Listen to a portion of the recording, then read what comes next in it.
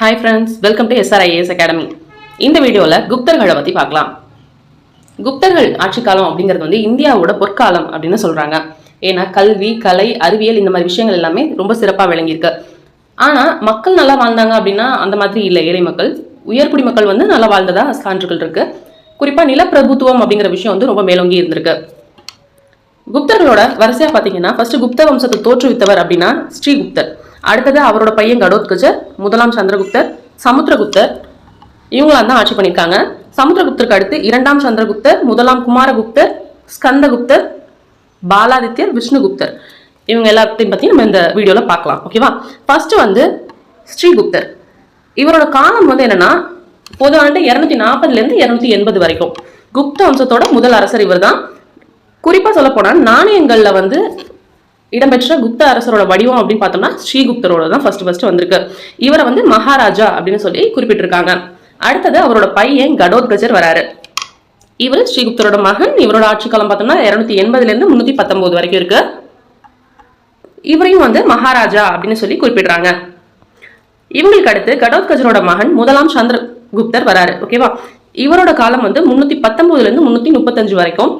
இவர் தான் வந்து முதல் பேரரசர். குப்த அரசின் முதல் பேரரசர்னு கேட்டாங்கன்னா முதலாம் சந்திரகுப்தர். ஓகேவா? இவரை எப்படி குறிப்பிடுறாங்க அப்படின்னா மகாராஜா அதிராஜா அப்படின்னு சொல்லி குறிப்பிடுறாங்க. ஏன்னா ஃபர்ஸ்ட் குப்த வம்சம் ஃபர்ஸ்ட் ஆரம்பிக்கிறப்போ எப்படி இருந்திருக்குன்னா ஒரு குடும்ப அரசியல் ஒரு இது மாதிரி தான் வந்திருக்கு. அதுக்கு அடுத்துதான் பாத்தீங்கன்னா இவரு லிச்சாவி அப்படிங்கிற அரச குடும்பத்தை சேர்ந்த குமாரதேவி அப்படிங்கிற ஒரு பொண்ணை கல்யாணம் பண்ணியிருக்காரு. யாரு? முதலாம் சந்திரகுப்தர். அதனாலதான் பல சிற்றரசுகள் எல்லாம் கைப்பற்றி இவங்களோட உதவியோட குப்த அரசுங்கிறது ஒரு பேரரசா உருவெடுத்துச்சு. ஓகேவா? அடுத்து தங்க நாணயங்கள்ல வந்து பார்த்தோம்னா சந்திரகுப்தர் மற்றும் குமாரதேவி இவங்க 2 பேரோட உருவமும் சேர்ந்து இருக்க மாதிரி கிடைச்சிருக்கு. அதுல வந்து குறிப்பா லிச்சாவையா அப்படிங்கிற ஒரு வாசகமும் பொறிச்சிருக்காங்க. லிச்சாவி அப்படிங்கிறது வந்து பழமையான கனசங்கங்கள்ல ஒண்ணு. இதோட ஆட்சி பகுதி எங்க இருக்குன்னா கங்கைக்கும் நேபாளத்துக்கும் நடுவுல இருக்கு. ஓகேவா? அடுத்தது சமுத்திரகுப்தர். முதலாம் சந்திரகுப்தரோட மகனான சமுத்திரகுப்தரை வந்து நம்ம இந்திய நெப்போலியன் அப்படின்னு சொல்றோம். இவரோட ஆட்சி காலம் வந்து 335 இருந்து 380 வரைக்கும் இருக்கு. குப்த வம்சத்தோட தலை சிறந்த அரசரா இவர் இருந்திருக்காரு.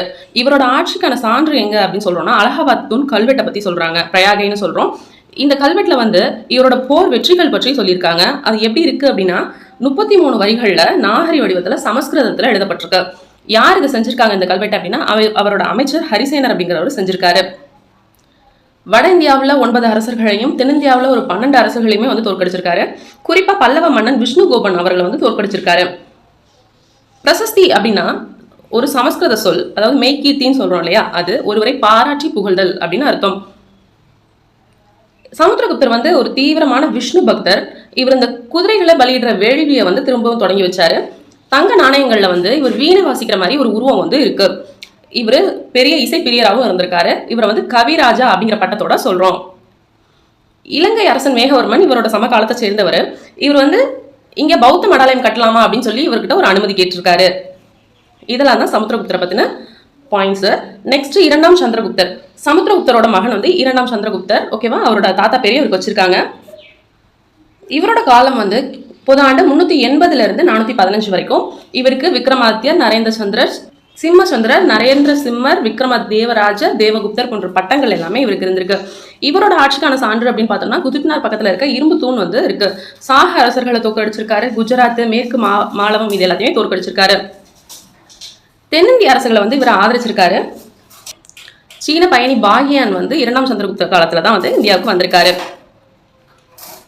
இரண்டாம் சந்திரகுப்தரோட அவையில இருந்தவர் குறிப்பா நவரத்னங்கள் அப்படின்னு சொல்றாங்க. யார் யாருன்னு பார்க்கலாம். காளிதாசர், இவர் வந்து சாகுந்தலம், மேகதூதம், விக்ரம ஊர்வசியம் இந்த மாதிரி பல நூல்கள் எழுதியிருக்காரு. ஹரிசேனர் இருந்திருக்காரு. அமரசிம்மர் இருந்திருக்காரு. அமரசிம்மர் வந்து அகராதியல் ஆசிரியர்னு சொல்றாங்க. அடுத்தது காகபாணர், ஜோதிடர், தன்வந்திரிங்கிறவர் மருத்துவராக இருந்திருக்காரு. சன்ஹூ அப்படிங்கிறவர் கட்டிடக்கலை நிபுணராக இருந்திருக்காரு. வராகமிகிரர் வந்து வானியல் அறிஞராகவும் வராட்சி இலக்கண ஆசிரியராகவும், விட்டலப்பட்டர் அப்படிங்கிறவர் மாய வித்தைக்காரராகவும் இருந்திருக்காரு.